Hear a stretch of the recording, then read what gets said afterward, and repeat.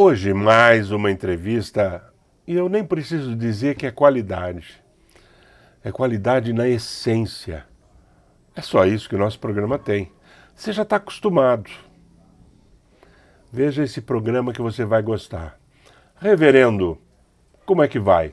Muito Reverendo Enzo, Reverendo Roberto ou Reverendo Basílio? Roberto. Roberto. Roberto. Muito bem, seja muito bem-vindo. Roberto, pastor presbiteriano, Sim. né? Há quanto tempo? Bem, primeiro, né, saudando todos os seus telespectadores aqui, seus amigos que partilham desse programa. Eu sou pastor desde 1990. Sim, Comecei na Igreja Presbiteriana Independente sim. e em 2015 eu vim para a Igreja Presbiteriana Unida, que era parceira da Presbiteriana Independente, Sim. só que é com algumas Algumas diferenças, é. E por que virar pastor? Essa pergunta aí depende da fé. Eu, aos 17 anos, eu senti o chamado de Deus. E aí eu decidi, aguardei o momento oportuno e entrei no seminário teológico. A Igreja Presbiteriana já há mais ou menos uns 40, 50 anos, ela exige a formação de curso superior. Perfeito, que nem os batistas. Antigamente não existia isso, né? Às vezes um nível médio, às vezes uma pessoa com uma prática muito grande na igreja eram ordenadas pastores. Hoje, desde mais ou menos uns 40, 50 anos, sempre se exige uma formação superior e hoje, inclusive, é reconhecido pelo MEC. Na época que eu fiz, as disciplinas eram reconhecidas pelo MEC, mas o curso não, como curso não, né? Aí eu fiz o curso, terminei em 88, me licenciei, um pastor, a gente fala que é no limbo, não pode nem exercer todas as coisas de pastor, mas já é pastor. Em 89 e em 90 eu fui ordenado. Sim. A ordenação é uma das exigências para você ser um pastor mesmo. Perfeito. Né? A licenciatura, você pode deixar de ser pastor. A partir da ordenação, você é sempre pastor. Mesmo que você acabe se afastando por alguma razão, você continua sendo pastor. E essa inspiração, ela teve algum motivo em especial, não? Não. Eu, desde de criança, eu sempre aprendi a ter uma certa intimidade com Deus. A conversar, pedir coisas. Não naquelas questões simplesmente assim, vou pedir alguma coisa para Deus específica, assim, pela saúde, um novo emprego. Não. Conversar com Deus, bater um papo, falar, nossa, que bonito aqui. Fazer o que deve ser feito. E um dia, numa dessas conversas com Deus, eu senti o desejo de ser pastor. E às vezes as pessoas pensam que Deus, para conversar com você, ele precisa transfigurar-se, aparecer. Eu falo assim, olha, se uma pessoa alcoolizada, que normalmente é uma das pessoas mais fora do raciocínio, do padrão, vier e falar uma coisa e Deus tocar no meu coração, Deus me falou através dele. Sim. E aí eu falo, por que não? Né? Claro. Por que Deus não falaria através de uma criança, de uma pessoa que... Aí as pessoas falam, mas isso daí é uma crendice, né? Eu falo, não, é fé. É fé. Você tem que acreditar que Deus fala com você através do que Ele quiser.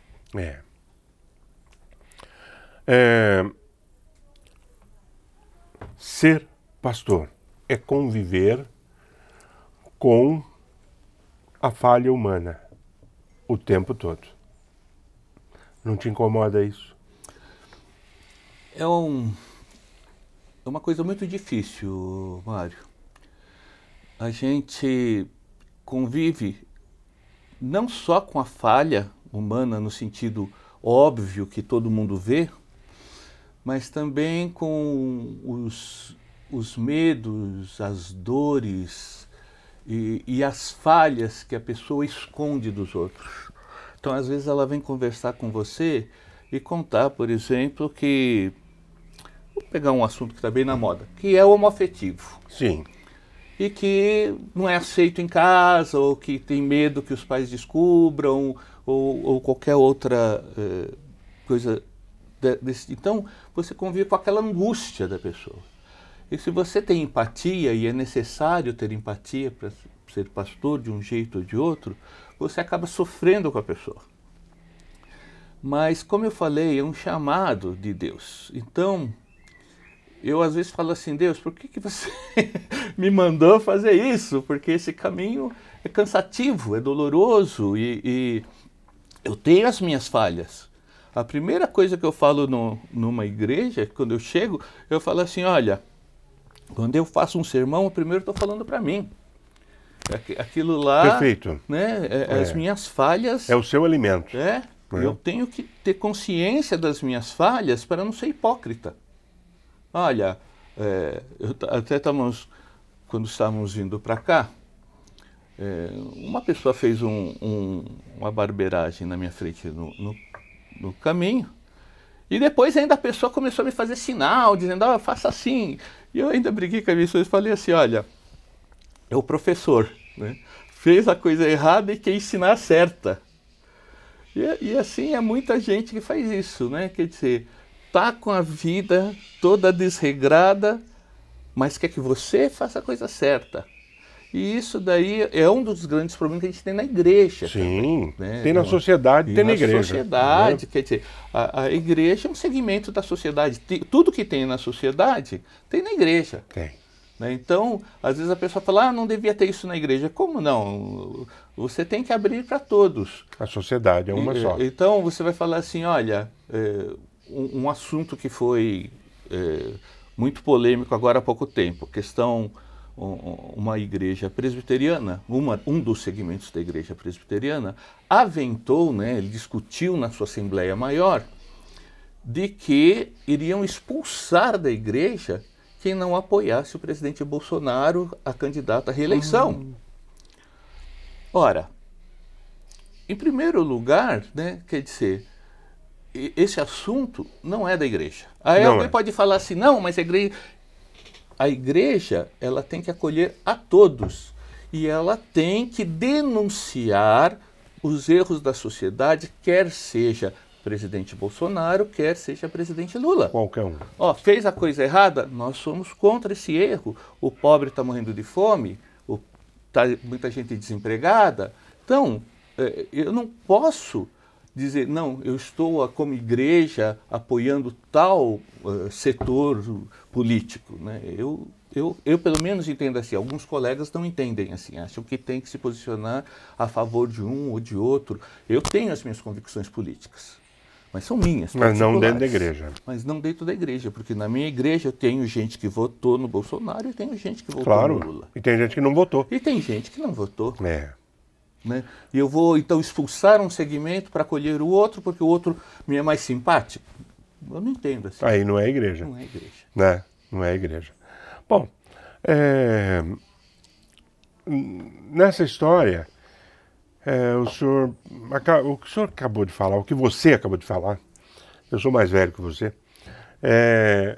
você está merecendo ganhar uma rosa do deserto, que a minha produção esqueceu de colocar aqui para mim.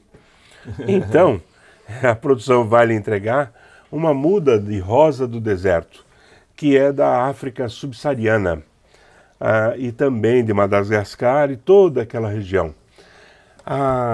A rosa do deserto, ela tem que ser... Ela parece um baobá, né? Ela tem que ser muito cuidada. E o Vinícius Piso, o produtor, está dando de presente para todos os meus convidados. Eu acho isso aqui um carinho enorme. Então, se comprometa daqui a um ano, mandar a fotografia ou voltar ao programa com a rosa do deserto. Perfeito. Que na nossa recepção tem lá e vai ver Que linda ela é.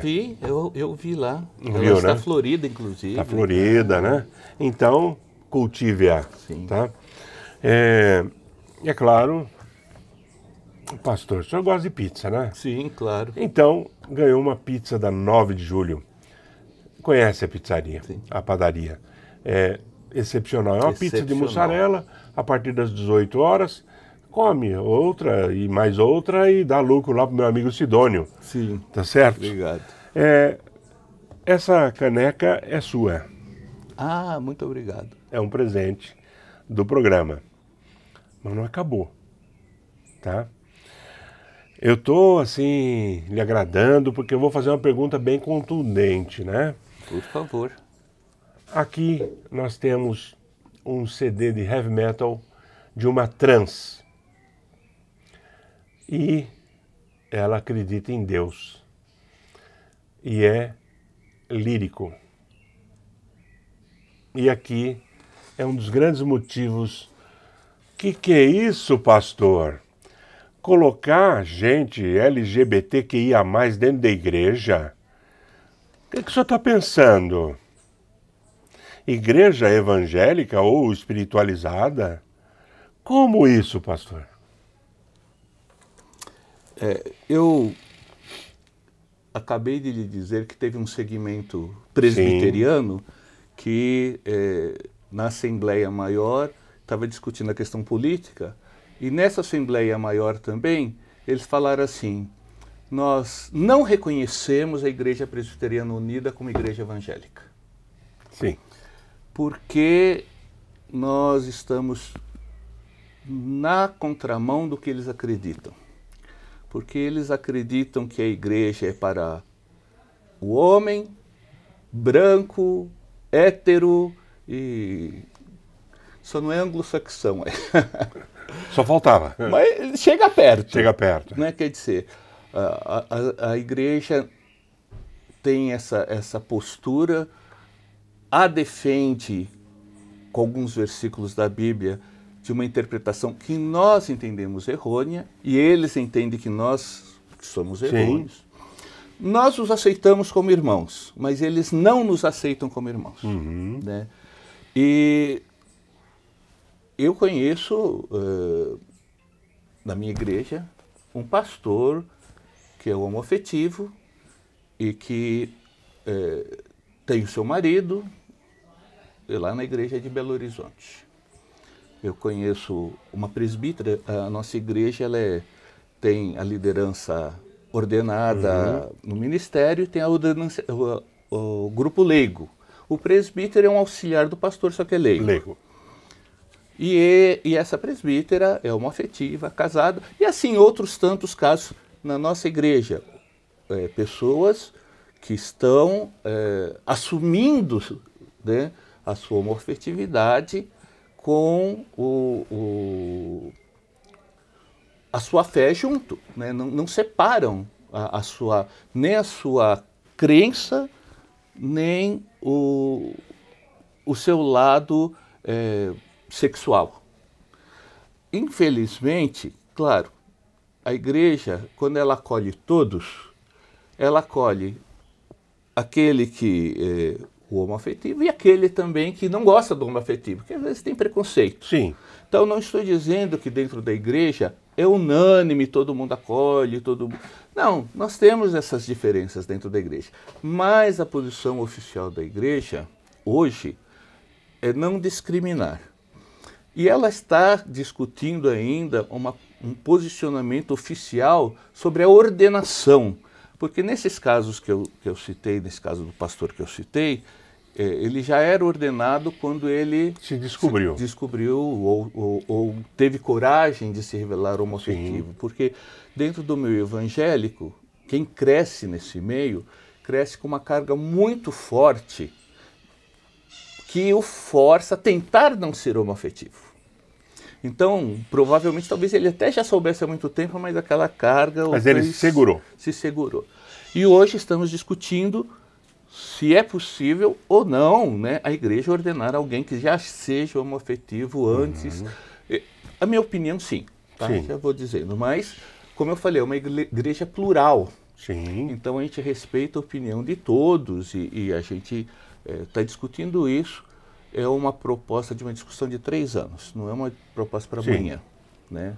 Nós temos uma Assembleia Geral a cada 3 anos, e aí nessa Assembleia Geral entrou a matéria e se formou uma comissão nacional para se discutir até a próxima Assembleia. E dentro dessa comissão nós temos pessoas trans, nós temos pessoas homoafetivas de várias coisas. Eu não gosto, agora eu vou deixar o meu protesto. Eu não gosto dessa sigla LGBTQIA. Nem eu.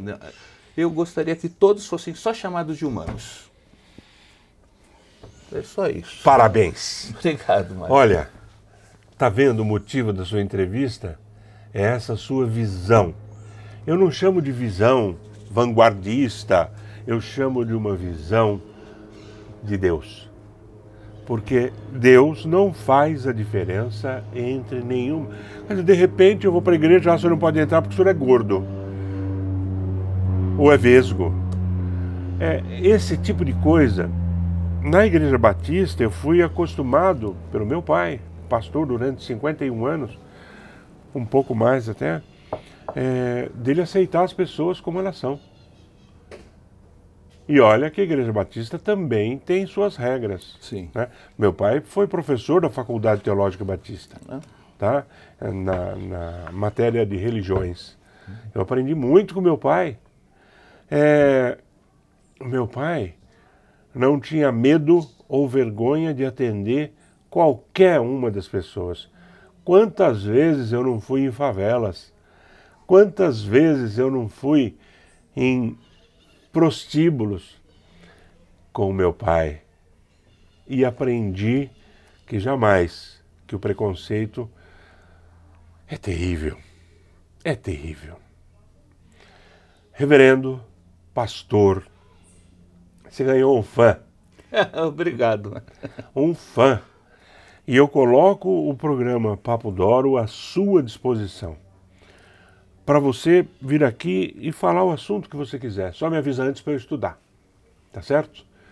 Porque eu entendo das coisas porque eu estudo, né? Então, muito obrigado. Então vamos conversar de geografia. Também. Eu sou geógrafo. Tá? Vou lhe dar mais um presente. Cai Duarte. Esse livro, feito por uma poeta local, ela é, inclusive, bacharel em Direito, e a poesia dela é contundente. Ela olha a vida de uma forma cruel e desconfiada. Você vai gostar. Mas, o café eu já lhe dei, não? Não. Não? Aquele café lá é seu, Campo Belo do Biriçá. Só que eu vou fazer uma coisa, seja um pastor egoísta. Não divida com a sua esposa, porque esse café é muito bom. Como é o nome da sua esposa? Cláudia. Cláudia, eu é que pedi que você não tomasse o café dele, combinado? Então não fique brava com ele. Mas o meu prazer é tomar o café com ela. É claro, perfeito. Eu sou seu fã. E está convidado a vir aqui quando quiser. Obrigado. Espero que tenha gostado do nosso papo. Sim. E que a gente possa frutificar isso em coisas boas para a sociedade e para as pessoas. Sim, meu desejo é que as pessoas entendam que a casa de Deus é para todos, inclusive para aqueles que não creem nele. Perfeito. Entenderam o que é o Papo Doro? Não preciso nem explicar, né? Até o próximo programa.